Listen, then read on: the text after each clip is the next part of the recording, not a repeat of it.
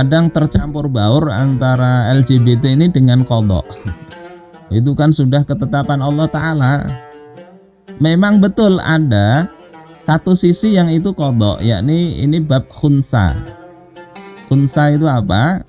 Ya, para ahli fikih mengatakan man lahu alatar rijal wan nisa. Orang yang memiliki dua alat kelamin, yakni alat kelamin pria dan wanita. Jadi memang secara ciptaan ada dua. Au man laisa lahu syai'un minhuma aslan. Atau orang yang terlahir dia nggak punya satupun. Ya, walahu sakbun yakhruju minhul baul. Sekedar punya lubang saja yang keluar kencing dari situ. Jadi kalau memang lahirnya sudah dua, ya hermafrodit, kalau orang alat kelaminnya ganda, yaitu memang sudah qadha. Sudah qadha.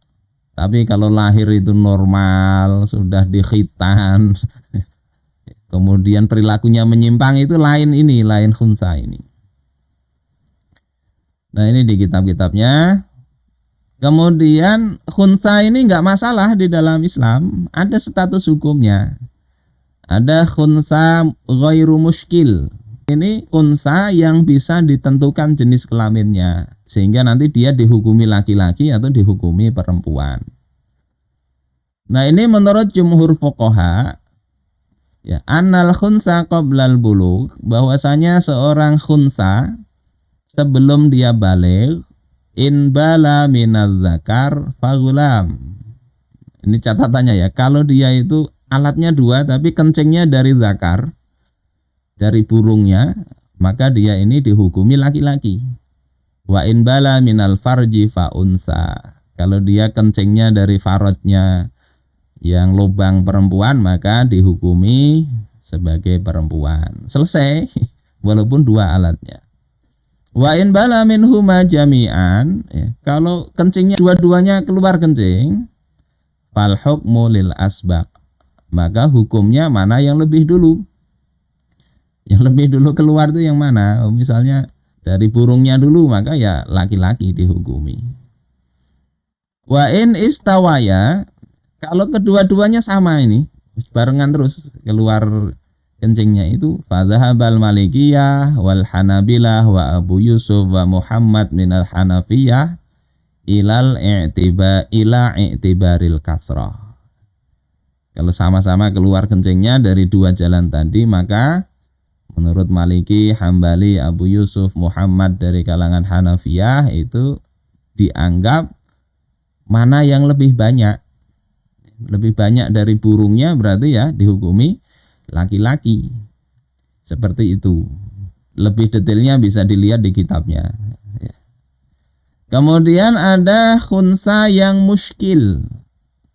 Khunsa yang muskil itu tadi alatnya dua atau nggak punya alat tapi ada lubangnya aja. Dan nggak bisa ditentukan begini. Untuk zaman sekarang sebetulnya bisa ya, kan dilihati organ dalamnya ini apa. Dia punya testis kah atau ovarium kah, kan ketahuan di situ. Sehingga yang muskil itu bisa dijadikan ghairu muskil. Begitu sudah jadi ghairu muskil, selesai masalah. Nah yang muskil ini bagaimana? Ini menurut Hanafiyah dan Syafi'iyah, dari sisi aurat, ya, khunsa yang muskil ini dianggap seperti wanita. Jadi muamalah ya dia harus pakai nutup kepala, pakai kerudung dan sebagainya. Kalau keluar rumah, kalau yang muskil, khalwat nggak boleh, nggak boleh khalwat dengan lelaki yang bukan mahram. Begitu juga nggak boleh khalwat dengan perempuan yang bukan mahram, karena dia itu kan mengandung dua tadi, mengandung lelaki sekaligus mengandung wanita. Jadi memang ini betul-betul yang muskil. Tapi ini saya rasa jarang terjadi ya. Bisa diselesaikan dengan konsep ini. Nah, terus bagaimana nikahnya? Kalau yang muskil ini, kalau menurut Malikiyah dan merupakan mazhab Syafi'iyah, nggak boleh nikah. Jadi yang muskil itu nggak jelas itu harus dijelaskan dulu, ya. Jelaskan dulu ini laki-laki atau perempuan baru boleh nikah. Kalau masih nggak jelas ya nggak boleh nikah.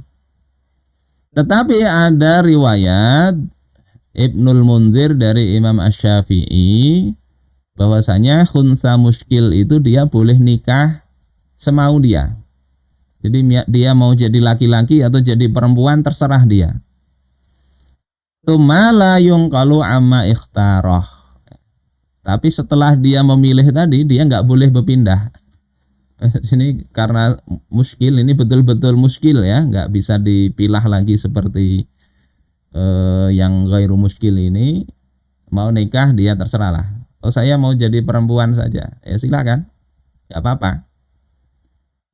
Tetapi setelah menikah dia nggak boleh kemudian sudah nggak enak jadi perempuan saya laki-laki aja, nggak boleh begitu. Ini menurut satu riwayat dari Ibnul Munzir dari Asy-Syafi'i. Tapi lebih pasnya lagi sebetulnya dicek dulu betul-betul apakah dia ini laki-laki atau perempuan.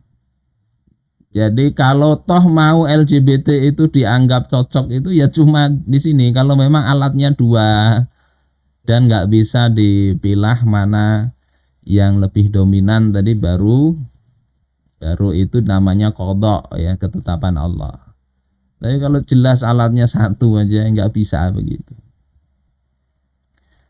Nah berikutnya pembahasan transgender. Transgender ini orang yang bertransisi antara dua orientasi seksual. Ingin jadi perempuan ya. Kemudian suntikkan hormon-hormon seksual untuk perempuan atau dengan cara operasi ganti kelamin. Ini definisi transgender ya. Seperti di Indonesia ada yang sudah meninggal itu ya.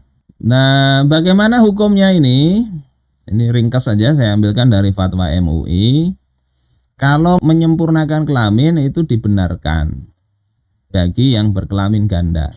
Jadi kalau misalnya operasi jadi perempuan misalnya, dilihat kalau memang ada dua alat dan yang dominan itu adalah yang perempuan, kemudian dioperasi sudah disempurnakan, yang burungnya dipotong aja sudah supaya nggak ganggu misalnya ya. Jadi perempuan aja nggak apa-apa, boleh. Ini masuk dalam bab pengobatan, penyempurnaan itu. Kalau menukar atau mengubah ya, pria jadi wanita, wanita jadi pria itu hukumnya haram. Jadi nggak boleh. Oh, capek ya jadi laki-laki harus cari nafkah. Sudah jadi perempuan aja, pakai rok. Nggak boleh begitu. Kalaupun berubah dia itu statusnya tetap sebagaimana asalnya.